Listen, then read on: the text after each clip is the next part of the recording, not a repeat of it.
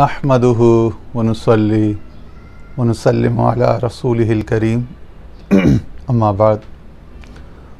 اچھا جی، آواز دوست سیزن 3 لیکچر نمبر 2، اسی طرح کتاب الرقاق حدیث نمبر صحیح بخاری، کتاب صحیح بخاری ہے، باب اس کا کتاب الرقاق ہے، اور اس کے اندر سب ڈویژن میں جو باب ہے باب رفع الامانہ، یعنی کہ امانت کے اٹھ جانے کے باب میں۔ اس میں حدیث نمبر 6497 6497 ہے۔ قال حدثنا محمد بن کثیر قال اخبرنا حدثنا سفیان قال اخبرنا الاعمش عن زید بن وهب قال حدثنا حذیفہ قال حدثنا رسول اللہ صلی اللہ علیہ وسلم حدیثین رأيت أحدهما وأنا أنتظر الآخر قال حدثنا أن الأمانة نزلت في جذر قلوب الرجال یا جذر قلوب الرجال ثم علموا من القرآن ثم علموا من السنة او كما قال علیہ الصلوۃ والسلام۔ اچھا، یہاں حدیث روایت کرنے والے صحابی کا نام ہے حضرت حذیفہ رضی اللہ عنہ۔ فرماتے ہیں کہ میں نے حضور صلی اللہ علیہ وسلم سے 2 حدیثیں سنی، اور جب ایک سنی تو میں دوسری کا بھی انتظار کرتا رہا کہ آپ کوئی مزید بھی نصیحت فرمائیں۔ تو جو پہلی بات تھی وہ یہ تھی کہ آپ صلی اللہ علیہ وسلم نے فرمایا ان الامانت، کہ جو امانت ہے نزلت، وہ نازل کی گئی ہے، نازل ہوئی ہے، فی جذری قلوب الرجال یا فی جذری، دونوں طرح کے اعراب اس پر آپ سوچ سکتے ہیں کہ لوگوں کے، الرجال کا یعنی کیا ہے؟ المسلمین، کہ لوگوں کے یا مسلمانوں کے دلوں کی گہرائی میں، دل کے اندر کی گہرائی کے اندر امانت رکھی گئی ہے، نازل کی گئی ہے۔ ثم علموا من القرآن ثم علموا من السنہ، پس انہوں نے قرآن کو جانا یا قرآن کو سیکھا یا قرآن کو پا لیا، اور پھر پس انہوں نے السنہ یعنی سنت نبی سے یا حدیث پاک سے یا حکمت سے بھی ان کو علم اور حظ ملا۔ اب امانت کیا ہے؟ ٹھیک ہے، ایک تو لکھا ہوا ہے کہ امانہ ضد الخیانہ، خیانت کی ضد، مالی یا کسی اور اخلاقی معاملے میں جو کوئی کسی کی امانت داری کرتا ہے، خیانت نہیں کرتا، تو وہ بھی امانت ہے۔ لیکن شیخ اکبر محی الدین ابن عربی رحمۃ اللہ علیہ یا دیگر عرفاء کے ہاں، اہل اللہ کے ہاں، امانت کا ایک دوسرا ایک معنی عرفانی تعبیر بھی ہے، اور وہ ہے سورۃ الاحزاب کی آیت نمبر 72 ہے، اعوذ باللہ من الشیطان الرجیم، انا عرضنا الامانۃ علی السماوات والارض والجبال فابین ان یحملنها واشفقن منها وحملها الانسان انه کان ظلوما جہولا، کہ ہم نے اپنی امانت، اور عرفاء فرماتے ہیں امانت سے مراد نبوت یا ولایت ہے، یا امانت سے مراد درد عشق، درد محبت، یا امانت سے مراد امامت ہے اور خلافت ہے۔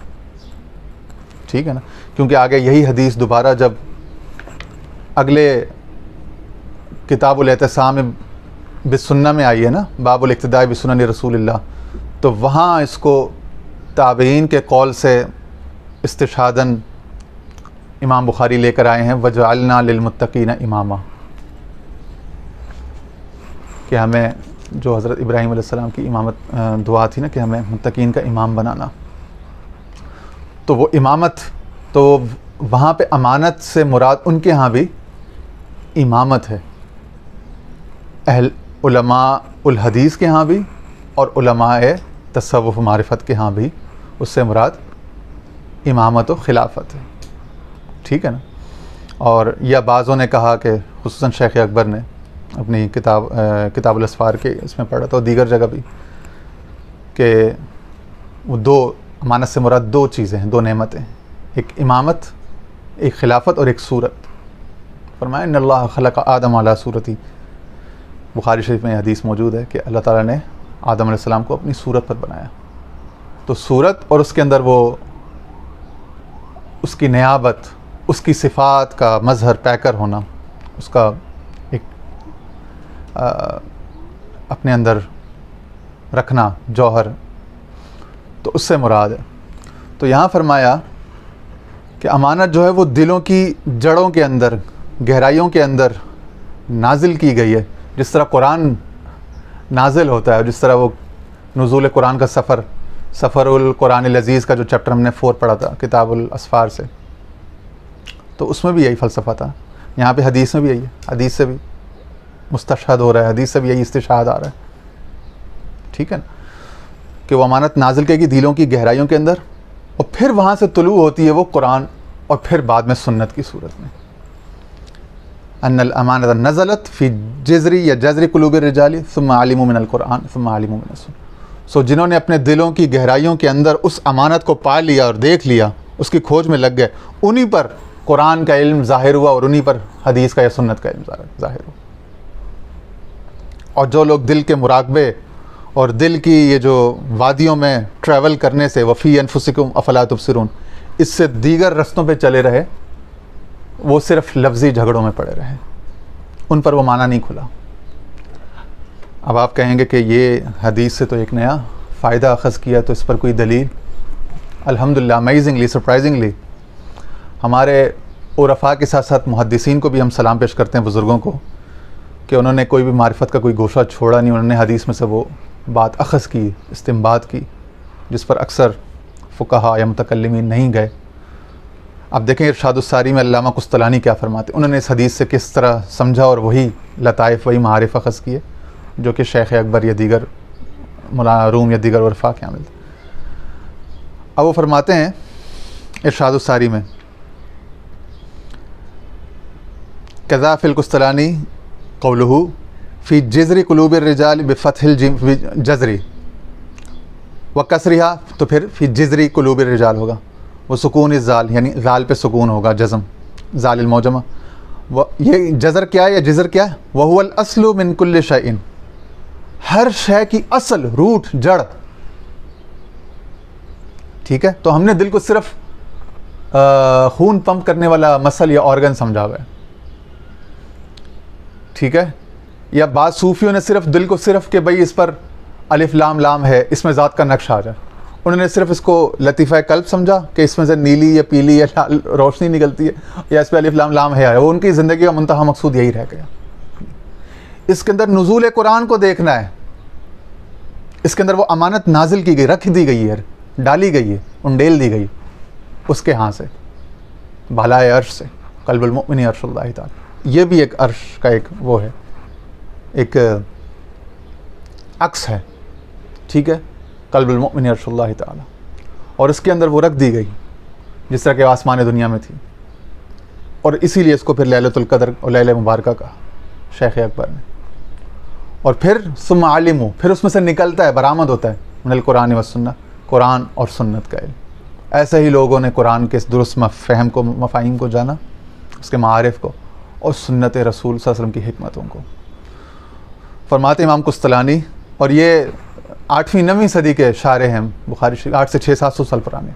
اس طرح آگے حوالے دوں گا، علامہ کرمانی کے، عمدۃ القاری علامہ عینی کے بھی، کواکب الدراری، ارشاد الساری، ان سب نے کیسے کیسے صوفیانہ، عارفانہ نکات اخذ کی۔ فرماتے ہیں وَهُوَ الْأَصْلُ مِنْ كُلِّ شَيْءٍ، قال ابو عبید قولہ ثم علموا ای بعد نزولها فی قلوب الرجال بالفطرۃ علموها من القرآن، کہہ رہے ہیں پھر انہوں نے جانا، ای بعد نزولها، جب وہ دلوں میں نازل کر دی گئی، امانت رکھ دی گئی، دل میں اتار دی گئی، فی قلوب الرجال بالفطرۃ علموها من القرآن، تو اپنی فطرت کے سبب، وہ جو فطرت انسان کی برآمد ہوتی ہے نا دل سے، وہ جو اس کی انسٹنکٹ ہے، فطرت ہے، جبلت ہے، اس کے اندر یہ پوٹینشل رکھا گیا ہے کہ اس کے اندر قرآن کا پیغام سنائی دے گا۔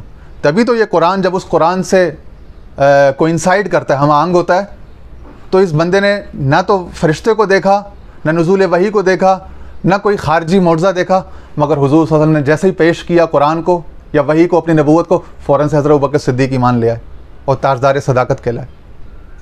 بچوں میں حضرت علی کے سامنے پیش کیا، فوراً سے ایمان لیا. کیوں؟ وہ جو اندر قرآن تھا اس نے تصدیق کی اس باہر والے پیغام اور آواز کی. تو وہ آواز دوست جو ہے وہ اندر ہے، اس کی تفصیل، اس کا بیان. چونکہ ہم اندر کو سنتے نہیں ہیں، کم سنتے ہیں، تو اس کے لیے عرفاء نے اتنا اہتمام کیا. اتنی بڑی مثنوی 28,000 اشعار کی لکھی، اتنی کتابیں اور اولیاء اللہ نے رقم کی، تاکہ ہم اس کو سننے پر ہمیں انگیخت کیا جائے، انسائٹ کیا جائے، موٹیویٹ کیا جائے. ٹھیک ہے، ہماری اورینٹیشن کو درست کیا جائے کہ ہم اندر کے پیغام کو، اس آواز کو سننے کی طرف لگیں. وہ اندر کی آواز جب اس آواز سے کوئنسائڈ کرے گی تو تب جا کے مجمع البحرین ایک تصدیقات کا خارجی اور داخلی، اندرونی اور بیرونی، ظاہر و باطن، صورت و سیرت، لفظاً و معنون تصدیق ہوگی. اسی کو شہادت کہتے ہیں. اشہدو ان لا الہ الا اللہ، کلمہ شہادت. وہ شہادت ایسے نہیں جب تک آپ نے دیکھا نہیں. کس کو دیکھا، کس کو پرکھا، کس کو محسوس کیا جو آپ نے شہادت دے دی؟ تو توحید اور رسالت کی شہادت وہ اندر سے جب وہ ابلے گا، وہ علم، وہ معرفت، وہ چشمہ، تو آپ اس کی شہادت دو گے نا. کتابی اوراق تو ساری دنیا کے سامنے ہے، ساری دنیا کے لوگ عربی سیکھ کر پڑھ سکتے ہیں، اور پڑھا ہے، لوگوں نے گمراہ کیا. کوئی حرمین شریفین میں کسی مسجد کا امام بن گیا اور پتہ چلا 25-30 سال کے بعد وہ تو مسلمان ہی نہیں تھا، صرف مسلمانوں میں تفرقہ ڈالنے کے لیے. اس طرح کتنے واقعات ہوئے ہیں تاریخ میں. تو صرف کتابی اصول سے نہیں ہے، تو صرف ظاہر کو نہیں دیکھنا، لفظ کو نہیں دیکھنا، اس کے معنی و مقصد تک بھی جانا ہے. تو فرمایا ہے بعد نزولها فی قلوب الرجال بالفطرۃ علموها من القرآن. قال تعالی، وہی آیت سے استشہاد امام قسطلانی نے ارشاد الساری میں کیا. انا عرضنا الامانۃ علی السماوات والارض الآیہ. وہ پوری آیت کو استشہاداً لے کر آئے امام قسطلانی ارشاد الساری میں.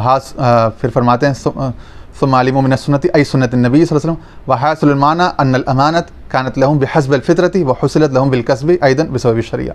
علامہ عینی عمدۃ القاری کہہ رہے ہیں اس حاصل معنی یہ ہے ان ساری باتوں کا کہ امانت جو ہے وہ حسب فطرت، جس کی فطرت جتنی لیاقت استعداد رکھتی ہے، اس کی فطرت کے حساب سے اس پر وہ امانت کھلتی ہے، ریویل ہوتی ہے، معنی کھلتی ہے. وحصلت لهم بالکسب ایضا. لیکن یہ تو وہب ہو گیا نا، یہ تو عطا ہو گئی. لیکن ایک کسب سے، اب محنت کر کے، شعوری کوشش سے بھی اس کو حاصل کیا جاتا ہے. کیسے؟ وحصلت لهم بالکسب ایضا بسبب الشریعہ، شریعت پر عمل کرنے سے. کہ سنت پر جب وہ عمل کرے گا، تقویٰ طہارت کا پاس رکھے گا، تو اب وہ سنت کے جو باطنی مفاہیم معانی ہیں جو امانت تک لے کے جا سکتے ہیں کہ بندہ رب تعالیٰ کا آئینہ بن جائے. اتصفوا باوصاف اللہ تخلقوا باخلاق اللہ. کہ اللہ کے اخلاق سے، اللہ تعالیٰ کے صفات کے رنگ میں رنگا جائے، اس کی صفات وہاں تک پہنچے. آگے یہی حدیث کتاب الاعتصام جو ہے، باب الاعتصام بالکتاب والسنہ، کتاب نمبر 96 ہے، 96 ہے صحیح بخاری کی. اس کا باب نمبر 2 پہلے پڑھ لیتے ہیں، باب الاقتداء بالسنن رسول اللہ، تاکہ اسی حدیث کی کنٹینیوشن ہو جائے. یہاں پہ فرماتے ہیں امام بخاری، اور رسول اللہ صلی اللہ علیہ وسلم کی سنتوں کی اقتداء کے بارے میں چیپٹر قائم کیا ہے. فرما رہے کیا ہیں وہ سنیں، غور کریں. وقول اللہ یا وقول اللہ تعالی وجعلنا للمتقین اماما، سورۃ الفرقان کی آیت نمبر 74. وہی حضرت ابراہیم علیہ السلام، اسماعیل علیہ السلام کی دعا کہ پھر ہمیں متقین کے لیے امام بنا دے. قال ائمۃ یا ائمۃ نقتدی بمن قبلنا ویقتدی بنا من بعدنا. ائمہ کہ جن کی ہم اقتداء کرتے جو ہم سے پہلے گزر گئے، اور ہمارے بعد والے جو ہماری اقتداء کریں گے، پیروی کریں گے، تو ہمیں ان کے لیے ائمہ بنا دے، اور ہمیں مقتدی بنا دے اپنے پیش رو جو گزرنے والے بزرگ ہیں ان کا. وقال ابن عون هو عبداللہ البصری من صغار التابعین، کہ تابعین میں سے محدث تھے، فقیہ تھے، صغار تابعین میں سے امام ابن عون یعنی ابو عبداللہ البصری. وہ فرماتے ہیں ثلاث احبہن لنفسی ولاخوانی. فرمایا 3 چیزیں مجھے اپنے لیے اور میرے مسلمان بھائیوں کے لیے بہت پسند ہے. هذه السنہ ان يتعلموها ويسألوا عنها. یہ سنت، یہ حدیث کا علم کہ اس کو لوگوں کو سکھاؤں اور اس کے متعلق پوچھوں، جو مجھ سے زیادہ جانتے ہیں ان سے پوچھوں، سیکھوں اور سکھاؤں. والقرآن ان يتفهموه ويسألوا عنه. اور یہ قرآن کا علم، تفسیر قرآن، معارف قرآن، کہ یہ سیکھوں اور دوسروں کو سکھاؤں. 2 وَيَدْعُ النَّاسَ إِلَّا مِنْ خَيْرٍ یا وَيَدْعُ النَّاسَ وَيَدَعُ النَّاسَ إِلَى مِنْ خَيْرٍ یا إِلَّا مِنْ خَيْرٍ، تمام تر اس میں مختلف، چونکہ بخاری شریف کے نسخوں میں ہلکے پھلکے حروف کا اختلاف ہوتا ہے، اور یہ ہے کہ پھر اس کے ذریعے سے میں لوگوں کو خیر کی طرف بلاؤں، نیکی کی طرف بلاؤں قرآن اور سنت کے ذریعے سے، ٹھیک ہے، اور یہ ہے کہ لوگوں کے لیے نہ چھوڑوں مگر سوائے خیر کے، دونوں معنی وَيَدَعُ إِلَى یا وَيَدْعُ اور إِلَّا، تو دونوں طرح سے معنی کہ خیر صرف اسی میں کہ قرآن سیکھنا سکھانا، سنت سیکھنا سکھانا، اور یہی دو چیزیں ہیں، اور یہی یعنی تین چیزیں بیسیکلی، کہ پھر تیسری چیز میں ان کی دعوت الی الخیر، پروموشن، پروملگیشن، پروپیگیشن، ٹھیک ہے جی۔ حدیث لے کر آئے ہیں 72 76 72 76، جس طرح ہم نے وہ 64 والی 649 کیا نمبر تھا اس کا، 6497 64 97 باب رفع الامانہ سے پڑھی تھی، وہی حدیث یہاں پہ بھی آئی ہے۔ قال سمعت حذیفة يقول حدثنا رسول الله صلی اللہ علیہ وسلم ان الامانة نزلت من السماء في جذر قلوب الرجال ونزل القرآن فقرأوا القرآن وعلموا من السنة، فرمایا رسول اللہ صلی اللہ علیہ وسلم نے کہ بے شک امانت جو ہے، الامانہ وہ اس آسمان سے نازل ہوئی ہے، ای المؤمنین فی قلوب الرجال، ای المؤمنین یعنی قلوب المؤمنین، قلوب لوگوں کے دلوں میں کہ گہرائیوں، ان کی جڑوں کے اندر رکھ دی گئی ہے، نازل، ونزل القرآن، اور اسی طرح سے قرآن بھی نازل ہوا ہے، ان کے دلوں میں رکھ دیا گیا، وہی جو شیخ اکبر کا سفر القرآن العزیز والا جو چیپٹر تھا، چیپٹر نمبر 4 کتاب الاسفار کا، ٹھیک ہے نا، جو ہم نے اس دن تفصیل سے پڑھ کے سنایا تھا، واہ ماشاءاللہ، یہ سارا جو ہے، ٹھیک ہے، ہاں، فقرأوا القرآن، پھر انہوں نے قرآن کو پڑھا، وعلموا من السنہ، اور سنت کو جان لیا۔ تو قرآن کا پڑھنا بھی وہ ہے کہ جو اندر سے برآمد ہو، ظاہری پڑھنا تو سب نے پڑھا، خوارج نہیں پڑھا اور سب نے پڑھا، منافق، ایسے بھی تو بتایا نا کہ قرآن پڑھیں گے مگر ان کے حلق سے نیچے نہیں اترے گا، ان کو سمجھ میں نہیں آئے گا، اس کو الٹا اس سے معنی لیں گے، گمراہ بھی ہوں گے۔ اب یہاں پہ دیکھیے امام کرمانی کیا کہتے ہیں، الکواکب الدراری، اور دیکھیں محدثین کا فہم کتنا کوئنسائڈ کرتا ہے عرفاء کے جو باطنی معنی اور باطنی روحانی تعبیرات ہیں ان سے، تو محدثین کتنے صوفی مزاج تھے، کتنے عارف مزاج تھے۔ فرماتے ہیں محدثین سے مراد امام، جو بڑے امام گزرے، امام کرمانی، قسطلانی، شعرانی، ان کی بات ہو رہی ہے۔ قولہ ونزل القرآن الی آخر، یہ نزل قرآن سے آخر تک کی جو بات ہے نا، ونزل القرآن فقرأوا القرآن وعلموا من السنہ، پورا کہ پھر وہ انہوں نے قرآن کو جانا اور سنت کو جانا، جس طرح انہوں نے شیخ اکبر نے اپنے اقران کی، اپنے مرشد کی، اپنے دیگر بزرگوں کی بات کی تھی، امام بایزید بستامی رحمۃ اللہ علیہ کو لے کر آئے تھے حال کہ ان سب نے قرآن کو بغیر کسی ظاہری استاد کے سیکھا، جانا، ٹھیک ہے نا، اس کے معارف مفاہیم تک، اور وہ بھی عربی، جو اس کا ٹیکسٹ، جو اس کا وہ ہے لینگویج، اس کے ساتھ۔ فرماتے ہیں ونزل القرآن الی آخر یعنی کان فی طبائعہم الامانہ بحسب الفطرۃ التی فطر الناس علیہا، جو سورہ روم کی آیت نمبر 30 ہے غالباً، فطرۃ اللہ التی فطر الناس علیہا لا تبدیل لکلمات اللہ ذالک الدین القیم، اللہ تعالیٰ نے انسان کی ایک فطرت بنائی ہے جس پر اس کو فطر الناس علیہ، جس پر اس کو تخلیق کیا ہے، جس میں کوئی تبدیلی، اس فطرت میں تبدیلی نہیں آتی، اسی فطرت کو جذر القلوب میں رکھا گیا، ذالک الدین القیم، اور وہیں پہ جذر قلوب، قلوب کی گہرائیوں کے اندر جو فطرت ہے، جو ان آلٹریبل ہے، ٹھیک ہے نا، جو ریڈ اونلی ہے، ان ایڈیٹیبل ہے، وہی الدین القیم ہے، اسی کو سمجھ ہے کہ دین درست کیا ہے، وہ دین قیم پر ہمیشہ استوار رہتی ہے، راست پر، اسی کو ملت حنیفہ بھی کہا گیا ہے، اسی کو طبیعت کی سلیمی سلامتی بھی کہا گیا ہے، ٹھیک ہے، تو یہ سارے مراد ہیں۔ تو ائمہ حدیث نے بھی یہی کہا کہ وہ جو وہ فطرت ہے جو ان کے اندر موجود ہے، اس کے اندر